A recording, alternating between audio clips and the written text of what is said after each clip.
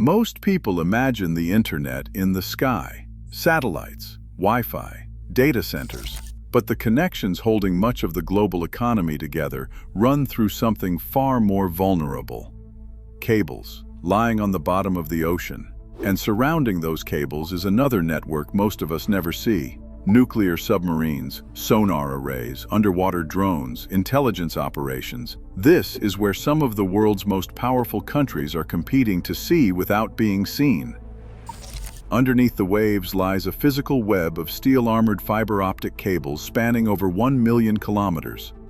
While the digital age feels wireless, 99% of all intercontinental communications run along the seafloor. Every financial transaction, cloud service, diplomatic cable, and military command depends on these underwater arteries. Yet this network is highly concentrated. Cables converge at specific landing points in narrow geographic bottlenecks like the Suez Canal or the Singapore Strait, transforming these hubs into systemic vulnerabilities. These lines face constant physical threats, but disruption is rarely intentional. Around 80% of cable faults are accidental, caused by dragged ship anchors, commercial fishing nets, or underwater landslides. In these silent depths, a quiet contest of surveillance unfolds. Who can detect whom? In the 19th century, Britain built a global telegraph network, the All-Red Line, ensuring every landing station sat on imperial soil to secure its maritime dominance. This infrastructure turned from a commercial tool into a weapon on August 5, 1914. Just hours after declaring war on Germany, the British cable ship Alert severed Germany's transatlantic cables in the English Channel. The cuts isolated Berlin from its overseas territories, forcing its military to rely on radio transmissions that British codebreakers in Room 40 intercepted. During the Cold War, this struggle moved further underwater. In 1971, the United States launched Operation Ivy Bells to tap a classified Soviet military cable in the Sea of Okhotsk. Divers from the modified submarine USS Halibut attached a 6-ton recording pod directly to the seabed line, harvesting unencrypted naval commands for a decade. These operations exposed the triple nature of underwater cables. They are simultaneously essential transmission systems, rich intelligence sources, and critical strategic vulnerabilities. Far from the network of communications, the ocean floor hides the ultimate instrument of global security. Only 5 nations, the United States, Russia, China, Great Britain, and France, operate nuclear-armed ballistic missile submarines. These vessels are engineered to vanish into the ocean's dark waters for months at a time, silent and unreachable. Their survival is the foundation of second-strike deterrence. If a surprise first strike destroys a nation's land-based missiles and command centers, its hidden submarines survive to deliver a catastrophic retaliatory blow. This capacity for assured retaliation keeps the global nuclear balance stable.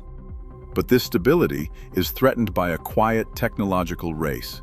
Every nuclear power must keep its own vessels entirely hidden, while actively hunting those of its rivals. If one nation can reliably locate the enemy's hidden forces, the fragile peace of mutual assured destruction instantly breaks down. Finding a submarine in millions of square kilometers of ocean is a monumental mathematical and physical challenge. Navies deploy a multi-layered net of active and passive sonar, maritime patrol aircraft, surface ships, and specialized attack submarines. During the Cold War, this effort crystallized in the Sound Surveillance System, or SOSUS, a classified network of seabed hydrophones designed to monitor Soviet submarines passing through strategic bottlenecks like the GIUK Gap. But SOSUS only recorded raw noise. The actual tracking relied on acoustic analysts, human interpreters who spent hours isolating the faint rhythmic hum of a propeller from the ocean's chaotic background din. Today, this invisible race is an endless feedback loop.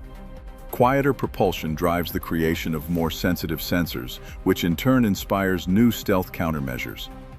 Yet even with modern processing power, finding a silent target remains incredibly difficult. In real operational conditions, the deep ocean remains remarkably effective at keeping secrets.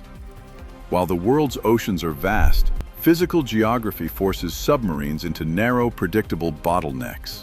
The most famous of these is the GIUK Gap, a 900-kilometer corridor between Greenland, Iceland, and the United Kingdom.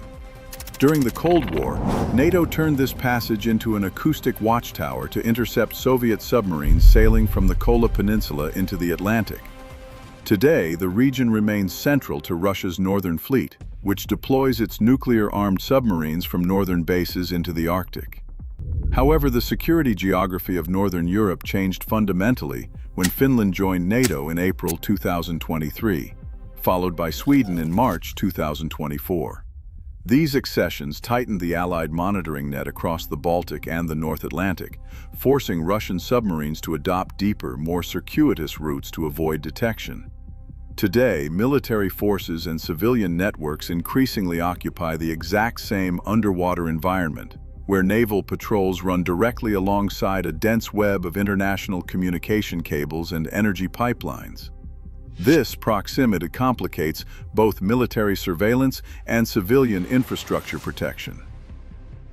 Across the vast expanses of the Indo-Pacific, the underwater contest is defined by immense distances and tight maritime passages. China is rapidly expanding and modernizing its submarine fleet, deploying quiet air-independent propulsion vessels and advanced nuclear-powered attack submarines to project power outward. To counter this, the United States maintains deep undersea capabilities alongside a network of regional partners. Japan contributes sophisticated anti-submarine warfare assets, including advanced maritime patrol aircraft and quiet diesel-electric submarines, while Australia is pursuing nuclear-powered attack submarines through the trilateral AUKUS partnership with Washington and London. These vessels will be nuclear-powered but not nuclear-armed. Nuclear propulsion simply provides the extreme range and endurance needed to patrol across the Pacific. Yet, regardless of technology, geography ultimately dictates the terms of engagement. The narrow waters around Japan, Taiwan, the Philippines, and Southeast Asian passages force submarines into predictable routes. These geographic choke points compress transit lanes, allowing military forces to deploy distributed acoustic sensor arrays and turn natural passages into tightly monitored acoustic barriers. When underwater infrastructure breaks, governments face a silent diagnostic crisis. They must quickly distinguish between a dragging anchor, a natural landslide, or a calculated act of aggression. Responding too aggressively to a civilian accident risks military escalation, while ignoring a hostile strike invites further attacks. This strategic dilemma defined the aftermath of the September 2022 Baltic Sea explosions, which ruptured the Nord Stream pipelines.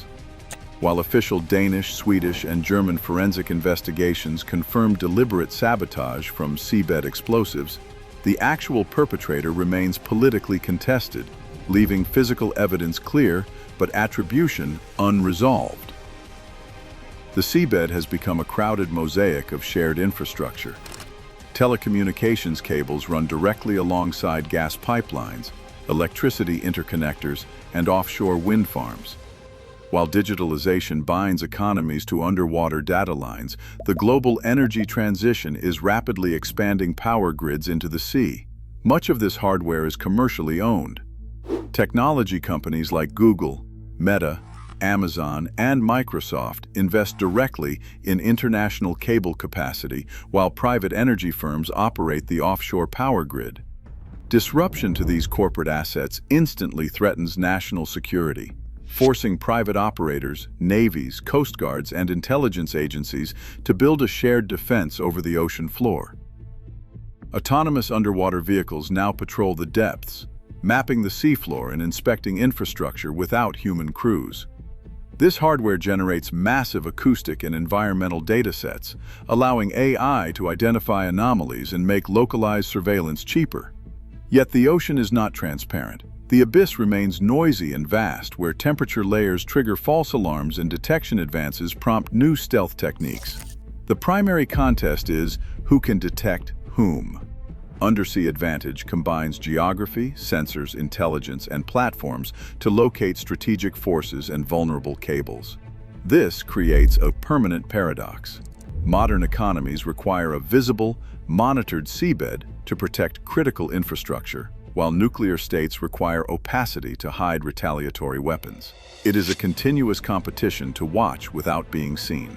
The modern world appears wireless, yet its most essential connections and most powerful weapons share the same dark environment beneath the oceans. If you want more clear, evidence-based explanations of the systems shaping global security, subscribe. Today, our hyper-connected world rests on an invisible seabed. We can neither fully secure nor completely see.